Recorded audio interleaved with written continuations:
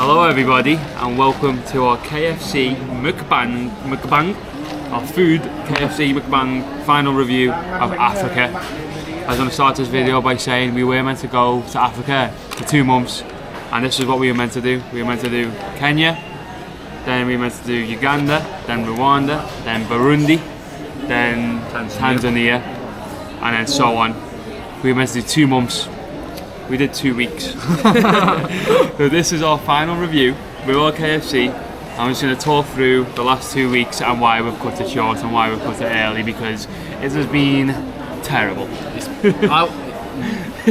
Well, we're going to have a debate and we're going to talk it through and just see what it's been like. So we both have a list of notes on our phone and we're both going to eat and talk at the same time. Probably when I'm talking, James will be eating. When James is talking, I'm going to be eating, because we've got a big fat family bucket in the Doha, Qatar airport right now. Some Western food, so that is great. So I'll start it off. I just want to say we're going to begin with Kenya. I think Kenya can be good if you're going to go on a holiday. I feel if you're going to go on a holiday and go somewhere like along the coastline to somewhere like Mombasa, or do like a safari on the Masai Mara, it could be good. But we didn't go for that. We went to see the true country and true Kenya, and do some ground truth and see like the real raw gritty side of it, and we decided to do that because we wanted to. That then led down us going down a road of it not becoming as good as we thought. I wrote a note that says here there was no tourists anywhere. Maybe there would be the tourist hotspots, i.e. the safaris as you've just mentioned, or maybe like the beach areas, Mombasa and Uganda as well. The thing is, you said there was beaches in Kampala, but we saw Kampala, it was terrible. But yeah, the reason it's then started to go down a path of us not enjoying it is because we then felt isolated, I think. Yeah. From like the real like backpacking life. Straight away we made a big mistake by just literally walking around like 2 headless chickens in the middle of Kenya's most random markets, where we've had comments and messages saying even the locals don't even go to these markets. Is Dumb and Dumber in the middle of some random local market in Kenya, and we just got swarmed. Absolutely swarmed. We made the mistake by following 2 guys. If you watch the vlogs, you'll know. We were getting basically 6 of them were just leading us down a dead end, and it went for the woman or people saying the market's closed. We could have been they could have went very bad very quickly, and then we tried to escape and then got surrounded again saying give us money or you're not escaping. The lads swarmed us on the bike. And that was the thing. That was in our first 3 days of actually being in Africa. So I think it was a real culture shock for one. That I think that when we went back that evening, we were one shocked, one speechless, and 2 like we just didn't know what the hell just happened either at all. That brings me on to the next point actually, and it is there are nice people there. There are nice people there, but there's a lot of nasty people. And by nasty, I don't know whether it's nasty, but people who just look at us like walking wallets, which is fair enough. They see Westerners, they like money. And I think a point I've made is the nice people who we met were always like workers in jobs. They weren't like people on the streets. It's very rare. Every stranger wanted something out of us, but sometimes they're just following us, literally just following us, and kept harassing us for money and wouldn't leave. And I feel like they used pack mentality to intimidate us in both Kenya and Uganda. And that's what it is, pack mentality. They see 2 young lads. I'm not especially big, you're not that big either. But if like 10 of them surround us and want to go for us, they definitely could. And we were lucky. We were saying yesterday that I think our luck was soon going to run out. I generally think our luck was soon going to run out. We'll definitely get to that. Get to that for Uganda. You got any more notes on Kenya?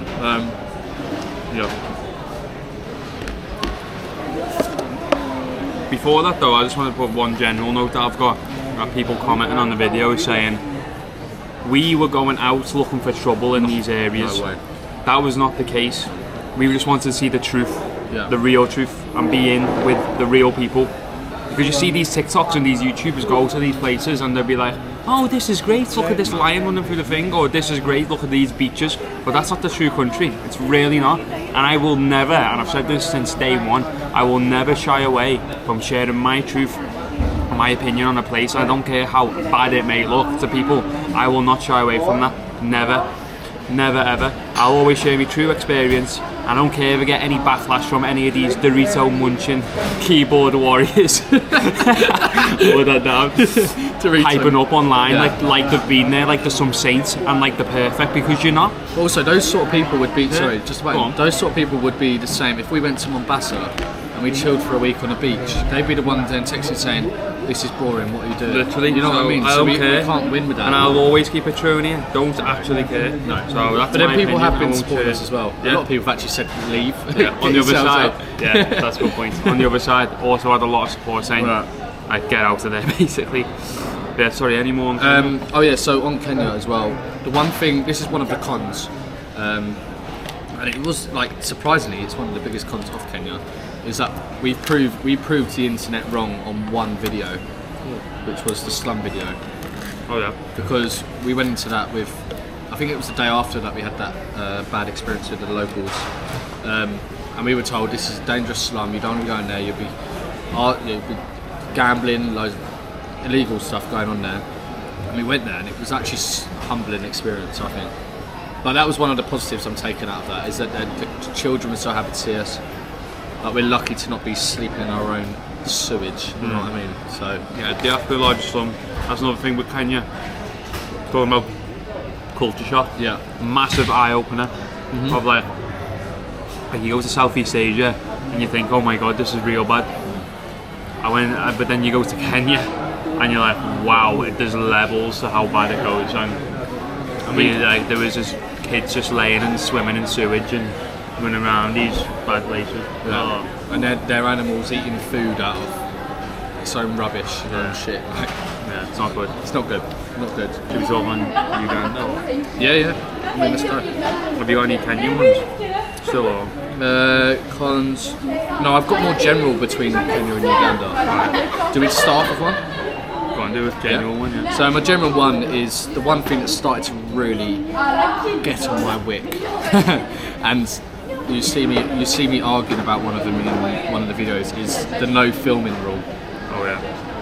I tell you now, they told us no filming, yet they were the ones that would then follow us across the street and then get themselves in the video, knowing that we're videoing, to then have a go at us. And then ask for money. And then ask for money. And if you don't pay them money, they're going to try and swarm you. Do you know what? I know I can't say, I was going to say they don't have much IQ, but anyway. Say it? Okay, some of them don't have much IQ, they don't. Which is why I was then getting so annoyed that they were then trying to intimidate us, being like, why are you videoing? I don't want to be in a video. No. And I'm going to talk about the Ugandan thing that happened as well. Yeah.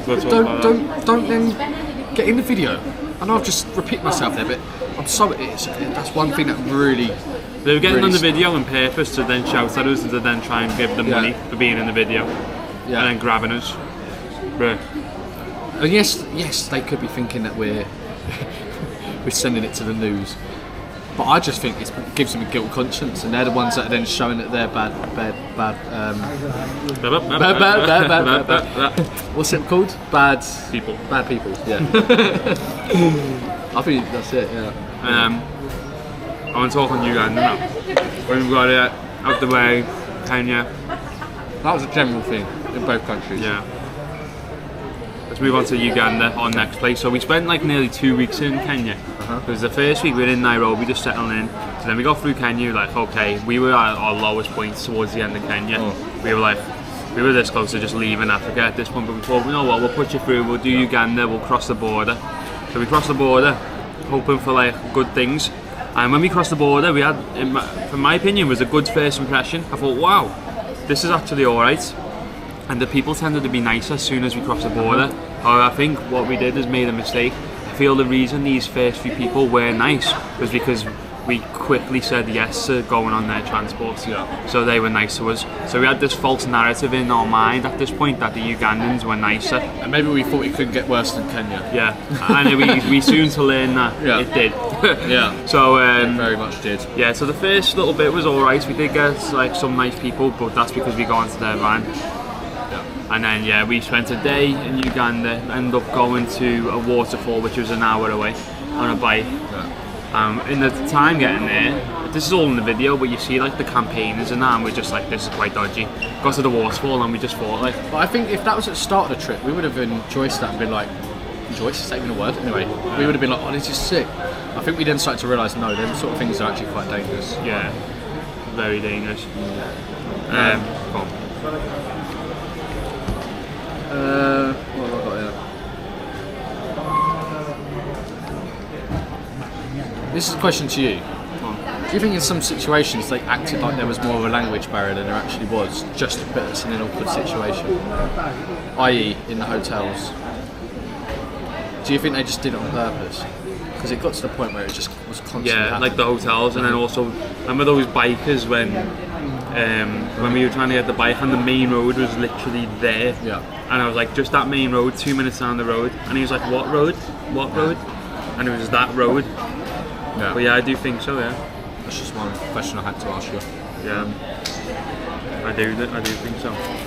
Because it's highly spoken English there. Exactly, and I just feel like, are they doing it just because they want to Wind as well. wind us up? And One thing I'm going to say as well, I don't care, I'm going to say this, and I will say it. yeah. I feel there's racism there on their side to us. Well, look at us at the festival. Yeah. Do you I don't know if that's us overreacting, but Do you mean what happened at the festival? when we were trying to get in, Oh yeah.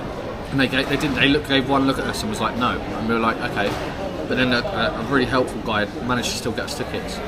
So if he managed to get us them, they could have done it. Yeah, I Or feel. were they just send us away because they didn't want us there? Well, I just feel like there's so many times people being racist to us, Yeah. and not even just that word, the Mzungu.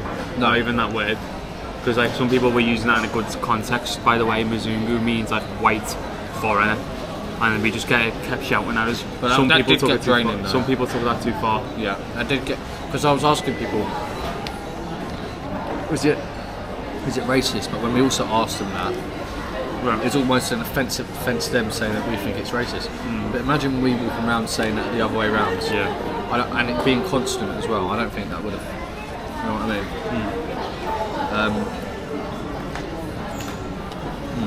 Another point I've got. Oh yeah. Just one bit of advice, because I've got one bit here. Shall I say mine first? Go on, some advice. Got advice. So my advice is to someone would be, if they're going to go to Africa, to not underestimate it like we did. I think we fully underestimated how hard it was going to be. Yeah. I think we went into it thinking it was a walk in the park, and that we wouldn't be in the situations we got ourselves into. Yeah. Not got ourselves into, or was in. You know what I mean? Yeah. So 3 weeks was definitely enough, because it's a totally different ball game, as we've mentioned, than anywhere we've been before. And I genuinely can say, if I stayed till the end of July, I probably would have booked a flight home. Because how I felt after every 3 or 4 days, I was drained. I was getting snappy. Yeah. For example, on our last day in Uganda yesterday, we could admit, me and Warren both shouted at each other for the first time on this trip. I'm going to talk about that story as well in a second. Yeah, so we'll get back onto that story in a second, but one thing me and Warren don't want, because we're like brothers now, we have to be, because of what we just went through, we had to be with each other the whole time, and yeah, like, if we aren't this close afterwards, then I don't know what's wrong with us, so it's good that we are, but we don't want to be arguing, and I feel like if we stayed any longer, it would have started to take an effect on mine and Warren's friendship, because we would have just taken it all out on each other, because that's all we could do. Yeah. And when we shouted at each other, I was like, oh fuck, this is not it, we need to get out of here, because I don't like it, I don't want to argue. Yeah. You know what I mean? We've got to stick together, and like, we would have stuck together anyway, but I don't want to be shouting at each other. Yeah. And we won't do that where But we're that's going. what this place is, yeah? Yeah. Like I was talking about. But when we're travelling, we're trying to grow as a person. Yeah. We're not trying to gain negative characteristics. No. And I feel being in a place like that, it puts you inside this bubble where you start to develop your negative sides more. So we were constantly snappy, we were constantly hot-headed, but this was just because we were so hyper-aware and hyperactive of all the sensory overloads going on around us. Like you're constantly worried and anxious that something's going to happen. Yeah. So you can't trust anyone, and at a snap of your finger you can just explode and like just shout at someone for saying hello to you. That's what we did, but we had valid reasons to, which we'll get into. But also on top of your advice as well, and people going to Africa, and if you're gonna go Kenya, you're gonna go Uganda, do it on a tour. Yeah. Get a tour guide, do it on a paid tour. Do not go alone like we did, and just go and see the truth Because I'll tell you what the truth is, you've seen the truth in the vlogs, it's not nice. And we are very lucky to get out of it with all our belongings, nothing stolen, very lucky. and not hurt. Yeah, very lucky, because we're going to get into that story now actually, on Uganda. So our final days in Uganda and why we've cut the trip short, and why we said we're not doing any more Africa. So it's just the last day, innit? So the last day, we checked out of our hotel. Are we going to continue in Uganda to the source of the River Nile, weren't we? And then we decided, nah, this is not for us. So we're checking out the hotel. This is not the first time this happened. No. What goes missing? One of our t-shirts goes missing. So we pull it up with the staff member. One of our t-shirts missing. She goes, okay, I'll go and look for it. Doesn't find it. So the host of the hotel comes over, starts shouting at us, saying, pay for your laundry. I said, no chance. I said, I'm not paying you anything for my laundry. My laundry is like worth 10 times the amount. My top is worth like 10 times the amount of the laundry. They've lost it. So I'm not being funny, I'm not paying it. I'll pay you for the room, I'm not paying laundry. It's went missing, whatever. Then he starts shouting at us, getting all aggressive. And I started shouting all these mad names at us, and we're like, wow. We didn't know what they meant. They could have been racist for all we know. Well, that was the beginning. That was the start of the day. Do you want to continue the story? Yeah. So we then headed into the actual town. Oh, at this point we're like, yeah, we need to get out of here. We was like, we need to get out of here. It was like, we're ready. Right, this is just a sign. We didn't realise there was going to be 2 more signs of why we had to leave later on in the day, but we'll get into it. So we went into the town, and we realised we're finding a private taxi, weren't we? Because although we wanted to show in the videos, we wanted to do local transport, and we want to keep it local. We wanted to be, what are you laughing at? Our whole audience. I didn't know you all laughing. I don't care, I'm carry on. in my own bubble. Go on. No, we wanted to keep it local. Let's get back in. So we're trying to get a private taxi in this bus market. So we're walking through, this guy leeches onto us instantly, which is obviously, I'm trying to think what happens. So I can explain it because it happened to me. So we walk through to this bus park, and in this bus park it's all full of locals. All the Ugandans are trying to sell tickets to people getting on the bus. Obviously they see 2 white people walk through with big backpacks. They're like, boom, let's sell them tickets. So the guy who took us to his friend, and I'm vlogging, and we're like, we want a private taxi. And at this point he's fine with me filming. The next second, about 3 lads from the bus park all start shouting, he's filming, basically stop or ask for money, I don't know. So then the next second, he's like, why are you filming? And he starts to get aggressive, so I turned it to me and said, don't worry, I'm filming me. So at this point, we've got a few people surrounding us now because I'm filming. So we wanted to get out of there. So we go to walk off, James walks ahead and I go to walk behind. And the guy who I've just been filming pulls me shoulder like that. So I go, get off, go away. As I do that and pull my arm back, he grabs my arm and like with a tight grip, I'm not talking like a grip where I can just like slip out. He's got my arm like this, like there was a red mark afterwards there. And I'm trying to move my arm and it's like this and I'm like, oh god, James is still walking off at this point. I didn't even know. I was so like, oh god. So I've got this lad that grabbed me and then like 3 more Ugandans around me and then I'm like, what's going on? I just wanted to buy a ticket. So then James comes back and at this point I'm trying to de-escalate the situation. So I'm like, a million things are going through my mind right now. I'm like, am I gonna get jumped? How can I like make him calm? I don't know what's going on. But you can hear in my side when I walk in, you can hear in my voice in the video, I'm panicking. Oh yeah. Because I'm looking at you and I know you're panicking and it's very rare to see you physically panic. So I was like, let go. And I made the mistake of pushing him. I was like this. And he said to me something like, I can't remember exactly, but he said, don't push me again or you'll see what happens. I genuinely shit myself. Because then they all started surrounding even more. I swear to God. At this point I'm shaking as well, still in the arm. Yeah. He must have felt it. Shit, I was shaking, like I was shaking. So I was like, oh my god, what the hell do we do? So, like I said, a million things going through my mind, and in real time it felt like 5 minutes. When I checked the footage back, it was only 1 minute. But all this in 1 minute, I thought we were going to get jumped because the 3 lads who shouted them before then ran over to the people already surrounding us. So about 30 seconds had gone by, I was trying to get them off me. How many people were around us? Like 30? I'd say between 20 and 30 people. About 20 and 30 people. 20 and 30 people had surrounded us at this point. Fully. So I'm looking around like this, oh god, and my camera's still filming. People are trying to swipe at my camera, so I took the camera in I'm like, oh my god, we're about to get jumped if we don't get out this situation within like the next minute.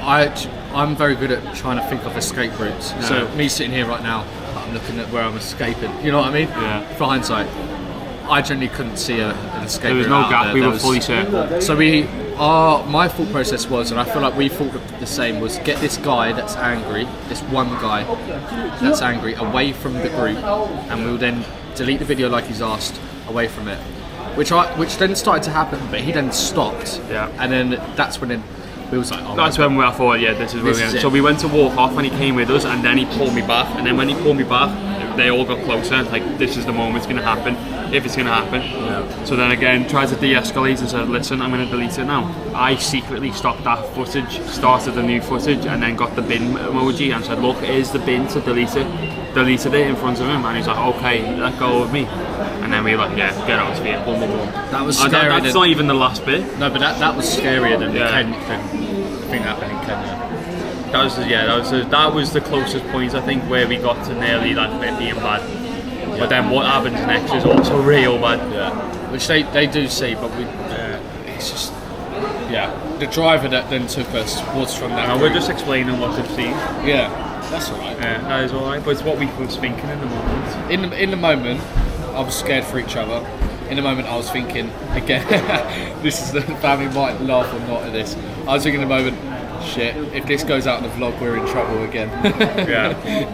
I'm going to talk about that next bit. Yeah. So, we're walking away from this situation and we're like, okay, we need to get out of this town right now before any of these people try and follow us. Yeah. I thought, we're going to get followed now and jumped at any point right now, we need to get out. So we leave this little bus park to a garage and there's just some random guy and we're like, at this point we're not even thinking straight. No. We just went over and said, have you got a taxi number? Have you got a taxi? Ends up getting a taxi and pulling a big bus over, so we had to book our own local bus out.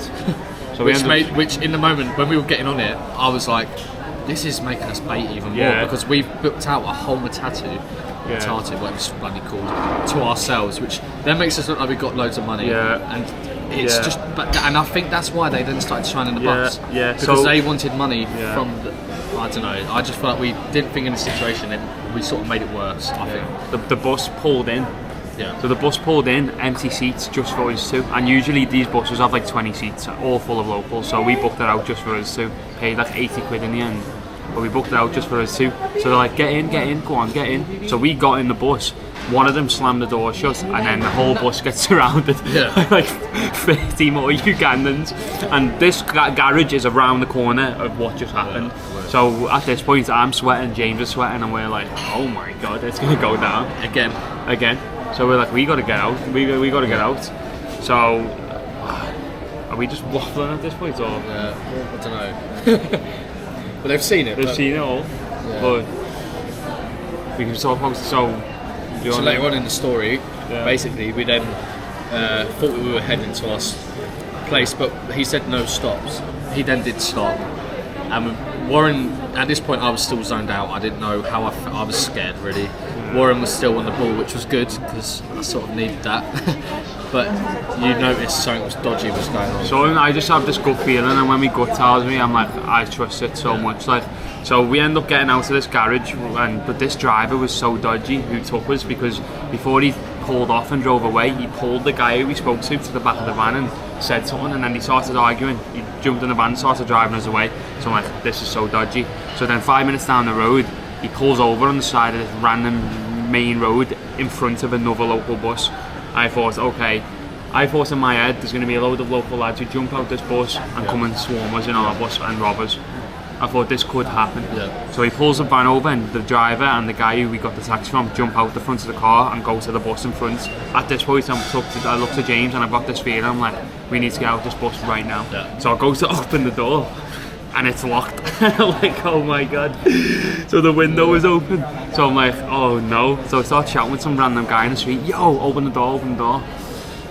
So he opens the door and we stand out. As soon as I go out the van, both of them turn around and come over and go, everything's okay, you can trust us, get back in. I'm like, nah, I'm not getting back in this van. At this point I wasn't really listening to, hence why this is the first part of Warren not shouting at me, but okay, he raised his voice, because in my head I was thinking, if I get out here, there's too many people to walk into. Whereas Warren's full process was, if we stay on this bus and we get swarmed, we've got no exit. Yeah. We've got no escape. So you were thinking right. I wasn't thinking straight, which is Totally understandable after what just happened. Yeah. It's not a situation you should normally be in. But this is where I realised I'm so happy to get out of here, because when I got off that bus, I lost my nerve.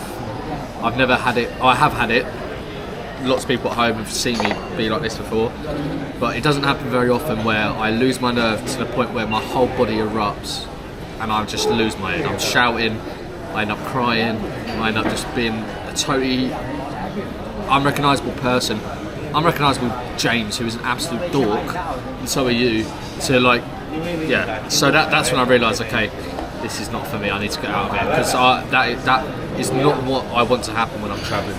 I don't want to travel and lose my nerve, so I'm shouting at everyone and losing my head. I don't want to be like that. So yeah, that's when I realised I'm glad to get out of here. And to be honest, that 5-6 hour drive is a blur. Yeah. So we did end up getting in another van. Yeah. And then we did the 6 hour drive with a driver who seemed like alright. Yeah. But that was all a blur. I don't remember the bus really, apart from when we nearly got there. But yeah. So yeah. And last night was just crap for both of us. So yeah, we got that bus then to the city centre, got our flight sorted, and then got out there the next day. Because like, if this is what Uganda's like, it's just gonna get worse. Yeah, it might be better in Rwanda or like in nice touristy places, but this is where I've come to the evaluation of it and why we did it. I wanted to go and see the truth. I wanted to go and do some ground truth. I didn't want to go to the touristy parts and see what a holiday goer would go and see, or what you see on TikTok and that. I want to see the actual truth. And if you want to go and do the nice things, you're gonna have to spend like over $1,000 on a safari, over $1,000 on like gorilla trekking. Don't have that money, mate. Don't have that money. I want to see the real truth. And I feel after these 2 weeks, I've seen the real truth. I've seen all the real raw experience. I've seen the slums. I've seen what the people are actually like. And I was like, okay, if I carry on with Africa, I'm just going to see this again. Yeah. So I've seen what I wanted to see. Yeah. My thing was, and I asked myself it yesterday, do I regret? Because I was supposed to be in Australia. If you don't already know, we did mention in the past video, I cancelled Australia to do this. And do I regret it? No. Because one, Africa is, yes, it's opened my eyes up to the real world. If I didn't do it, then I wouldn't have known what it's like, and I probably would have been a what if. And yeah, I'm now, one thing that you will know as well, it's built me up the confidence to now start vlogging myself. So that Subscribe if you haven't already. I'll really appreciate it. So yeah, I've now built the confidence to. Oh yeah, one thing I want to say, I've read it in the comments. Someone wrote about, you can tell James isn't enjoying it because he's now got the confidence to stand up for himself. Very true, because I am a Mr. Nice guy. Warren will agree. I am too nice a lot of the time, and it does get me in some crap situations sometimes because I don't know how to not be nice a lot of the time. It's not a bad thing, it's just my personality. But as much as it's not good to confront people, I've now got the confidence to stick up for myself and be that strong person. Yeah, so now, I don't know if I'm just waffling now. But now, yeah, I've built up the confidence to start vlogging. Hopefully soon I'll now use it as a full-time job, and me and Warren can travel together as much as we want in the countries we are going to enjoy going to. And you can see the real us from different perspectives. I'll still be in his videos because I am. And I'll be in his. Yeah, Warren will be in mine, and it'll be just a joint thing. Because that's the thing. We are goofy goobers. We are dumb and dumber. And you will see it where we're going next. That everyone has ourselves. Yeah, everyone has different sides of personality. Yeah. And you can have the serious side, which you've seen in many places. You guys have seen me in like India and Pakistan, in India. Everyone else being fine, but then you've also seen me in Africa, and I have different sides of my personality. I can be a goofy goober, I can be dumb and dumber, I can be silly and stupid, but I can be serious as well. And I think you guys at home want to see now what we were like in Vietnam. Yeah, and I want to feel that as well. I want to develop the sides of me that are silly and are goofy. And I definitely want to develop that side more because that's the more positive side of me. Whereas, like I said earlier, it was starting to drain me, and I was starting to be plus-headed, negative all the time, arguing with locals. I don't want that. I want to go somewhere nice and go and have a good time. I've got one thing here at the end. So this is what I've just written down. I've just put that I've come out of it feeling like I've achieved something. Yes, we wasn't there as long as we said we would, but we still did it. And it wasn't some little holiday retreat in a safari, it was proper backpacking. Something that not many people can say they've done. It's also, I can say, it's brought me and you closer, because we, as I said, we had to be, because we had to watch each other like family. So we basically are family now. I would class you as my brother. I class you as my brother. And my family see you as a second son, a second nephew, a second grandson, and they will agree with every bit of that. But I think they can see through the screen how close we are as brothers. Because you are like a brother to me now. Yeah, so that's one thing I'm taking away from Africa, and one thing I'm not going to hate Africa for. Thank you for bringing me and Warren closer, because now it's even better than it was before. Literally. Yeah. And we now know we can travel anywhere together and not really argue at all, because funny enough, we only argued on the last day in Africa, and it wasn't really an argument. It was one shout. It was just one shout. Do you remember what it was? I do. Go on, say it. So it was when we got out the van. I basically said, James, get out the van now, because he weren't going to leave the van. So I was like, get out the van right now. We're getting up in the middle of a random field if you don't get out the van. So we got out the van, and I'm walking up the road trying to find another van. And then James goes, fuck's sake, I'm losing my head. And I went, well, do you know what, James? Do you rather this, or do you rather be up in the middle of a random field? I was like, fuck off, Warren. And then that was it. So yeah, then we ended up getting in the other van. Just like laughing at each other. And then we got in the van and just hugged it out. So it was like, wow. At this point, I was crying. I was like, I'm sorry, Warren. That's, to be honest, that is just real travel. That's real travel. We're sitting in. One thing I can say is we're sitting in Qatar now with a KFC. But let's be grateful that we're healthy, we're not hurt, we've got out of it, and the next place we go to, I can't wait. We're gonna have so much fun. Day 100's coming up as well. Day 100's coming up, and it'll be my day one. Day one vlog, day 100 vlog on the vlogs on the channel. It's gonna be the sickest thing. Wow. Yeah. And in terms of me as well and growing as a person, I feel also this whole experience, it would have been a what if as well. Like I want to go to as many places and see different cultures and all that blah blah. Yeah. But one thing I will say, I feel I've grown in the sense, like the same way India grew me, and I feel like it's really made my stress tolerance get higher, and now I'm like a better problem solver. So now with the everyday like normal life and normal every day-to-day things, I feel I'd be better at handling situations, better at communicating with different types of people, better at just holding my own in certain situations. So like after that, I feel I could like go anywhere and hold my own. And that's down to going through the experiences and the challenges of the likes of India and also that Africa, because I thought India was bad.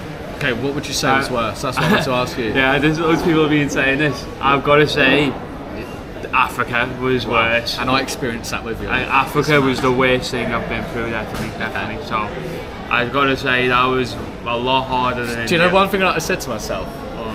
I said I never want to experience what you experienced in India, and I experienced worse with you. Oh yeah. Wow.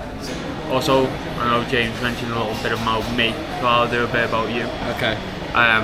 Like James said, definitely brought us closer, like brothers. Like it's mad how close we've been, because we have had to look over each other the entire time, and I couldn't have done this alone.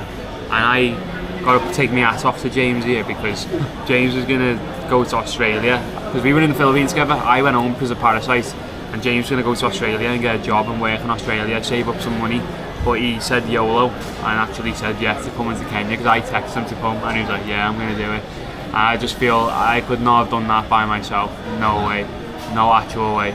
So I want to thank you for doing it with me. Always, mate. Legendary behaviour, Rastafari, lick 'em up, brother from another.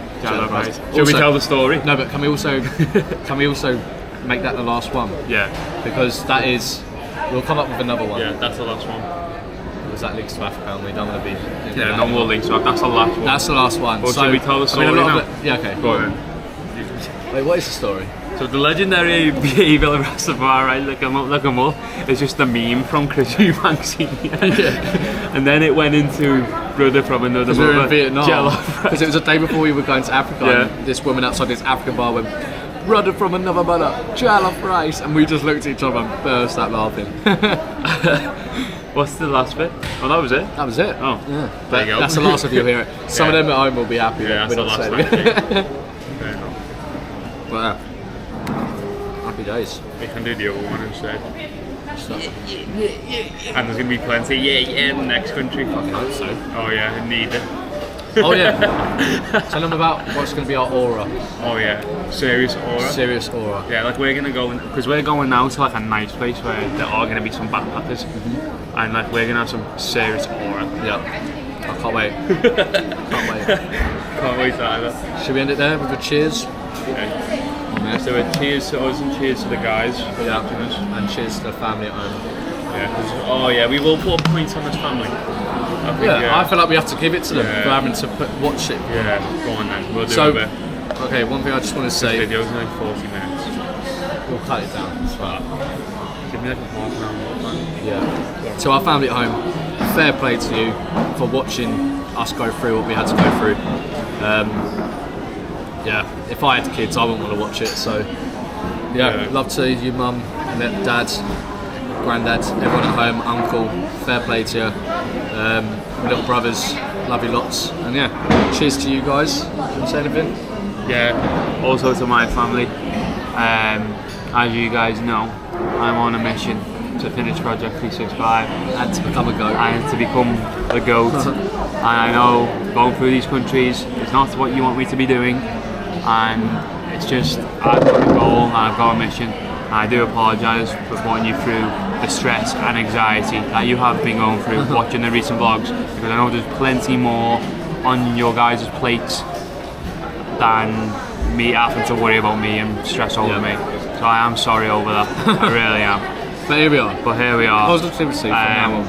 But I'm still here. You know what I'm saying? You don't mind. I'm not dead, it's fine. So I'm alright. So love you all. Come on, Project 365. Cheers, baby. Cheers, I just mate. call you baby. Cheers, babe. Cheers, mate. Anyway, there we go. Cheers, everybody. We completed it. That'll be a sick end.